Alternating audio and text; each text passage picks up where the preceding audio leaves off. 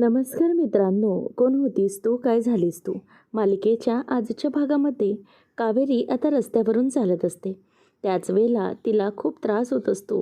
जे काही घरात चाललंय, सगळेजण ज्या प्रकारे यशची वाट बघतात, त्यामुळे तिला खूप वाईट वाटत असतं. ती म्हणते की यश, सगळेजण घरात तुम्हाला मिस करतायत. मग तुमची वाट बघतायत. तुम्ही कधी येणार आहात परत? मला खरंच खूप आठवण येते तुमची. आता महिना गेला, परंतु सगळ्यांना अजून आठवण यायला लागली. तुम्ही देवाघरी निघून येत गेलात. पण मी काय करू? मी कसं समजावू आता मला आणि घरच्यांना की तुम्ही इथे आता नाही आहात? तुम्ही कुठे गेलात यश निघून? मला सोडून तुम्ही कुठे गेलात? असं ती आता म्हणत रडत रस्त्याने चालते.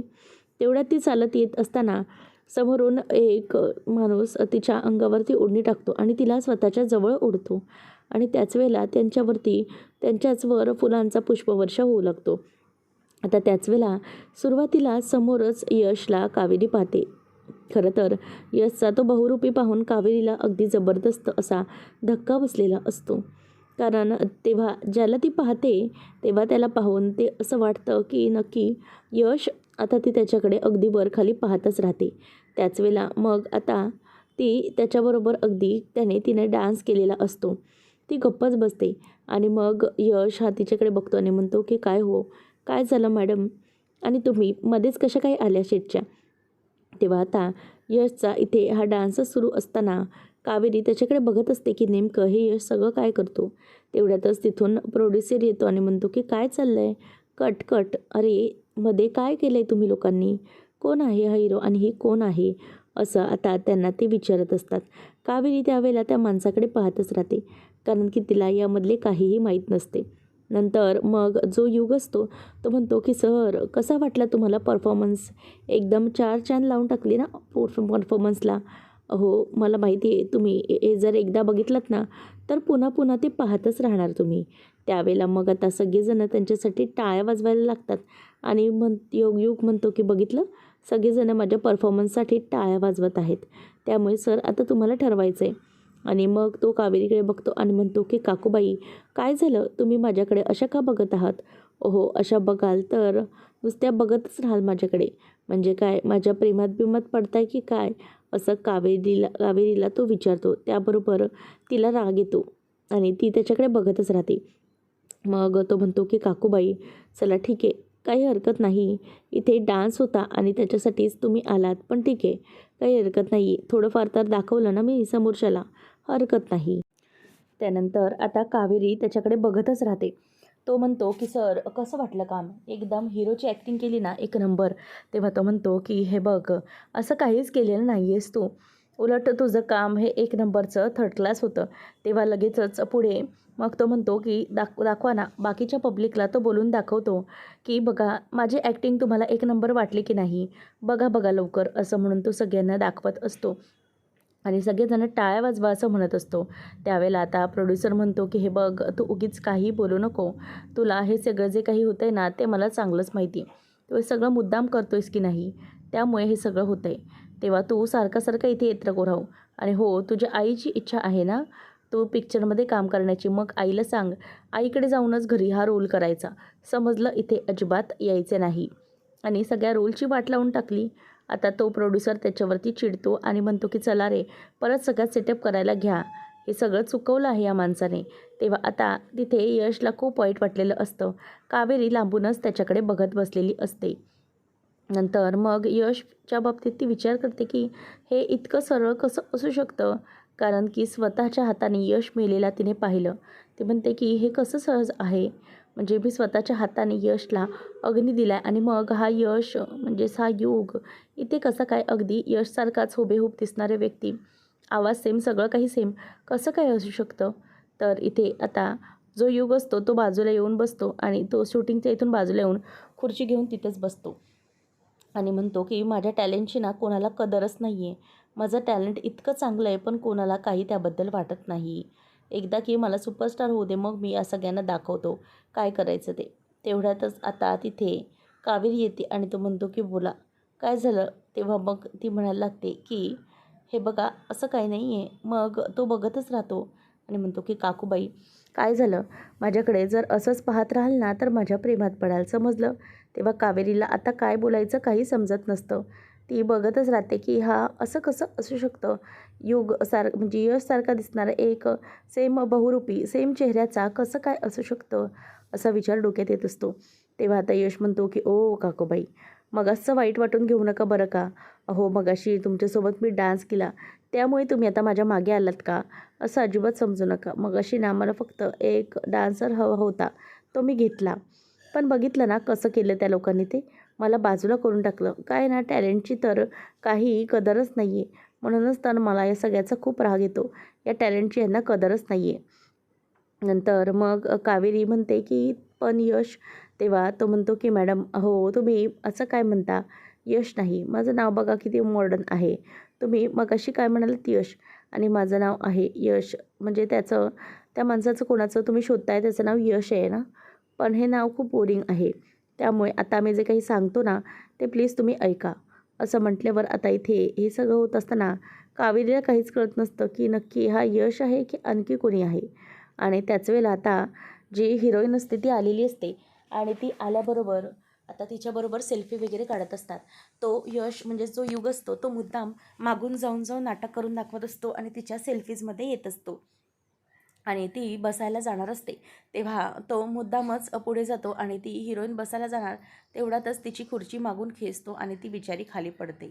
आता तो तिथून पळून जातो, पण कावेरी तिला मदतीचा हात देते आणि म्हणते की "या मॅडम बसा तुम्ही." तेव्हा आता लगेचच कावेरी म्हणते की "पण हा माणूस गेला तरी कुठे?" आता कावेरी ही त्याच्या मागे मागे जायला लागते आणि म्हणते की "कुठे गेला हा? नक्की काय चालू आहे?" असं म्हणून ती टेन्शनमध्ये असते. तर जिथे काम चालू असते स्टेजचे तिथेच म्हणजे त्याच बाजूला जे साऊंड सिस्टीम लावलेली असते तिथे जाऊन सगळे पुन्हा युग तो वाट लावून टाकतो आणि तिकडच्या वायर्स वगैरे काढून टाकतो आणि बाजूला जातो.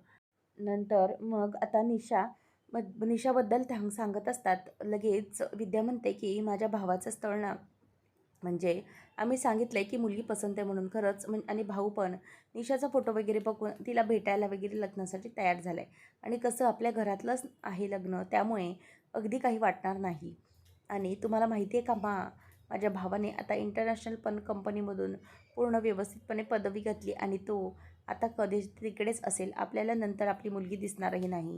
तेव्हा मग लगेचच पौर्णिमा म्हणते की "हो, मला वाटतंय बहिणी आपण आताच तयारी करून ठेवली पाहिजे. नाहीतर खूप प्रॉब्लेम होऊ शकतो."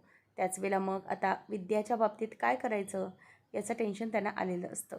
निशा ही अजिबातच तयार नसते लग्नासाठी. तिला कसं तयार करायचं हे आता विद्या सांगत असते.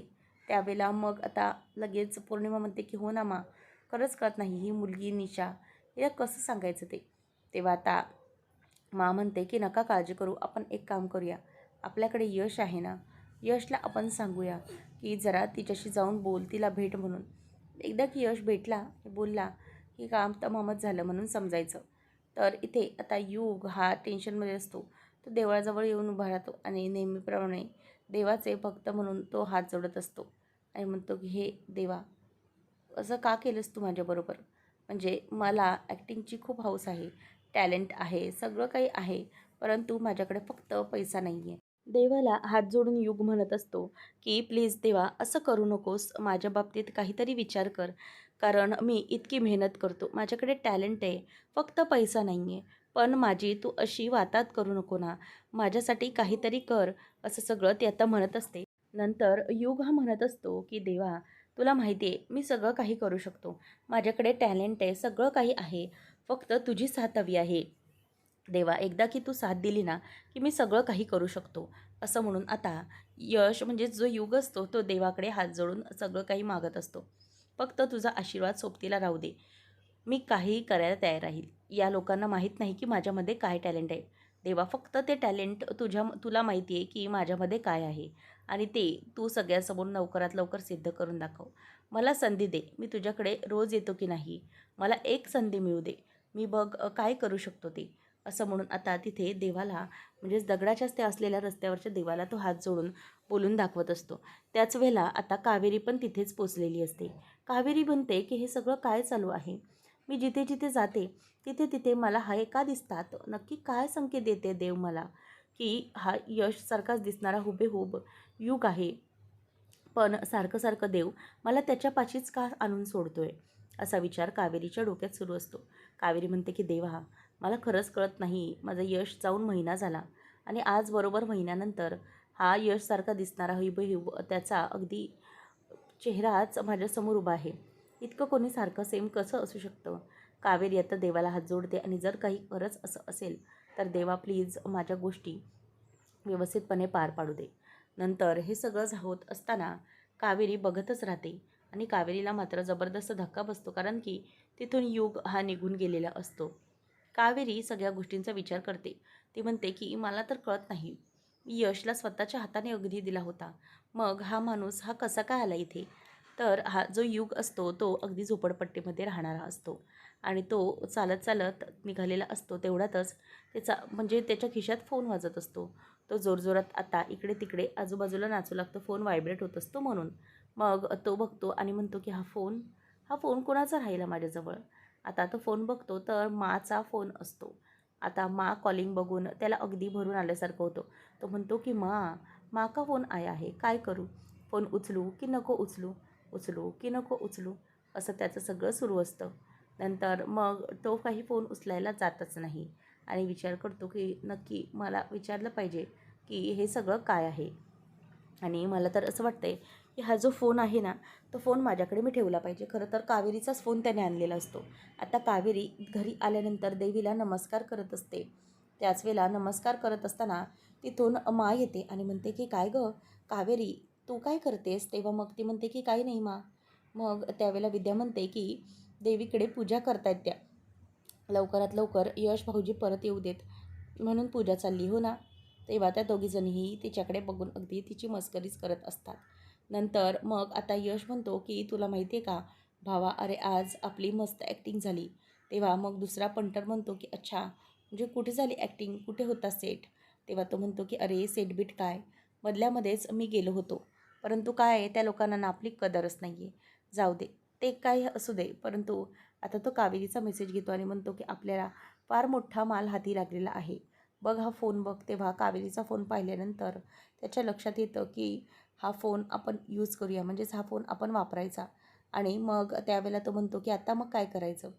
तेव्हा तो म्हणतो की बघ बघ काय आहे का? तेव्हा लॉक सिस्टम पण नसते. तो म्हणतो की चल मग आपला सॉफ्टवेअरचा खर्च वाचला. आणि त्यानंतर मग आता युग हा त्याच्या मोबाईलमधले गॅलरीमधले फोटोज बघत असतो की नक्की कोणाचे फोटोज आहेत. त्याच वेळेला त्याला कावेरीसोबतचा फोटो यशचा लग्न झाल्यानंतरचा दिसतो. आता ते पाहिल्यानंतर तो म्हणतो की काय रे, काय झालं? तेव्हा तो म्हणतो की अरे बघ ना, हा हुबेहूब माझ्यासारखा दिसणाराच माणूस आहे, पण हे कसं शक्य आहे? तेव्हा तो दुसरा मुलगा बघतो आणि म्हणतो की खरंच की काय? हो रे, हा तर अगदी तुझ्यासारखाच दिसणारा आहे. मग त्यानंतर लगेचच पुढे यश म्हणायला लागतो की नक्कीच काहीतरी गडबड दिसते मला. आणि म्हणूनच युग हा ते सगळं बघायला लागतो आणि म्हणतो की आत्ता काय करायचं? आणि सेम मी मी ह्याच्यासारखा दिसतो, मग नक्की माझा काय उपयोग होऊ शकेल? तेव्हा लगेचच पुढे तो मुलगा म्हणतो की अरे, तुला कळत नाही आहे, तुझ्यासारखा चेहरा म्हणजे या माणसाची माहिती काढायला हवी. नक्की हा कोण आहे, काय करतो, सगळं बघायला हवं. तर इथे आता कावेरी हे सगळं करत असते. विद्या म्हणते की मला माहिती आहे कावेरी वहिनी हे सगळं करतायत ना, यश भाऊजींना परत येण्यासाठीच त्यांचे हे सगळे प्रयत्न सुरू आहेत. पण नका घाबरू वहिनी, यश भाऊजी यायला आता काही 1-2 दिवसच बाकी आहेत. त्यामुळे नक्कीच यश भाऊजी येतील हां, तुम्ही काळजी करू नका. लवकरात लवकर ते येतील ना तुमच्याजवळ, असं आता ती म्हणायला लागते. त्याच वेळेला मग इथे आता हे सगळं होत असताना पौर्णिमा म्हणते की अगं बस गं, किती विद्या चिडवशील तिला. आणि हो, मा म्हणते की कावेरी एक महत्त्वाचं काम आहे. यशला आणखी एक गोष्ट सांगायची आहे, ती म्हणजे निशाच्या बाबतीत. तुला माहिती आहे ना गं, निशा अगं खूप चांगलं स्थळ आहे. म्हणजे अशा बाबतीत आपल्या हातून चांगलं स्थळ का बरं घालवायचं? म्हणूनच मी विचार करत होती की ती दुसरी तिच्यासाठीही इथे बघितलं पाहिजे. त्यासाठी आता आपण एक काम करूया, तू तू सध्या यशला म्हणव, म्हणजे त्याला निशाशी लग्न करायला तयार पड. कारण कसं आहे, यशचं ती बरोबर ऐकणार यशदा. नंतर मग कावेरी म्हणते की ठीक आहे मा. मा म्हणते की तसं नाही कावेरी, सगळ्या गोष्टी अगदी व्यवस्थितपणे बघितल्या पाहिजेत आपल्याला.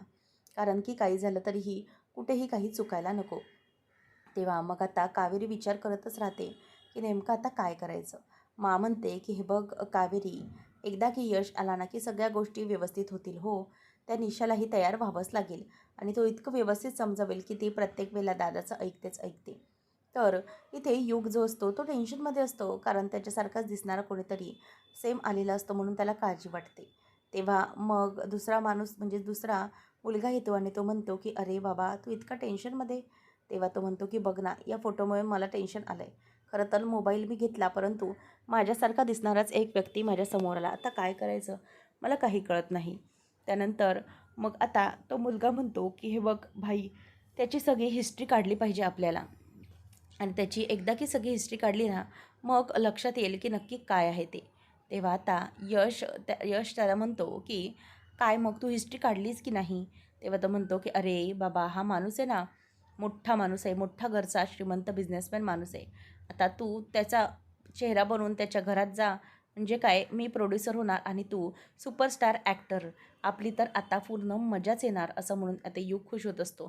तो म्हणतो की जर असंच असेल आणि तो यश हा इतका जर म्हणजे पैसावाला असेल तर आपल्याला आपलं काम केलंच पाहिजे.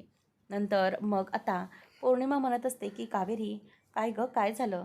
कावेरीचा चेहरा आता पडलेला असतो आणि तिच्या डोळ्यात पाणी असतं. पुन्हा रडत असल्यामुळे दोघी म्हणतात की अगं बस झालं, किती रडशील तू, सगळं व्यवस्थित तर आहे, बस झालं.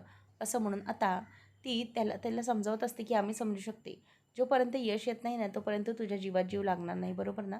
तेव्हा मग आता लगेचच मा म्हणते की हो गं, यश येईल, तुझ्याचकडे येईल, नको काळजी करूस. तेव्हा विद्या पण म्हणते की हो, तुम्ही एक काम करा, यश भाऊजींसाठी ना काहीतरी छान असं तयार करून ठेवा, म्हणजे कसं आल्यावरती ना तुम्ही स्वतःच्या हाताने त्यांना भरवाल आणि सगळं काही व्यवस्थित होऊ दे. यशची आम्हाला फार आठवण येते. असं म्हणून आता सगळेजणं खूपच इमोशनल झालेले असतात. कावेरीला काय बोलावं काही समजत नसतं. तिला माहीत असतं की जर ती काही बोलली तर मात्र मागून प्रॉब्लेम होऊ शकतो. त्यामुळेच ती काही बोलत नाही. पुढच्या भागामध्ये आपण पाहणार आहोत की मा म्हणत असते की कावेरी, आता तू त्याला घ्यायला जाशील ना, तर त्याला सारखी आठवण कर हो निशाशी बोलण्याची. कारण कसं आहे, त्याच्याशी ती बोलल्यावर तिला चांगलं वाटणार.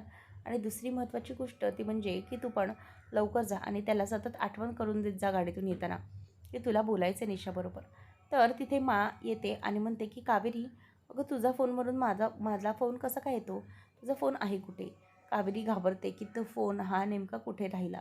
आणि मग आता ती फोन करायला बघायला जाते, तेवढ्यातच तो यशचा फोन असतो. आणि इथे युग आणि कावेरी बाहेर भेटायला आलेले असतात. तेव्हा यश म्हणजेच युग म्हणतो की तुझ्यासाठी माझ्याकडे एक मोठी ऑफर आहे. ते म्हणजे तू मला यश बनवून तुझ्या घरी घेऊन जा आणि मग मी यश बनवून घरी राहीन तुझ्या. ठीक आहे, म्हणजे मीही काम, माझंही काम तमाम, तुझंही काम तमाम, असं तो बोलून दाखवतो. आता नेमकं यशच्या बाबतीत ती काय करणार पाहणं रंजक ठरणार आहे. असेच अपडेट जाणून घेण्यासाठी आजच चॅनलला सबस्क्राईब नक्कीच करा. धन्यवाद.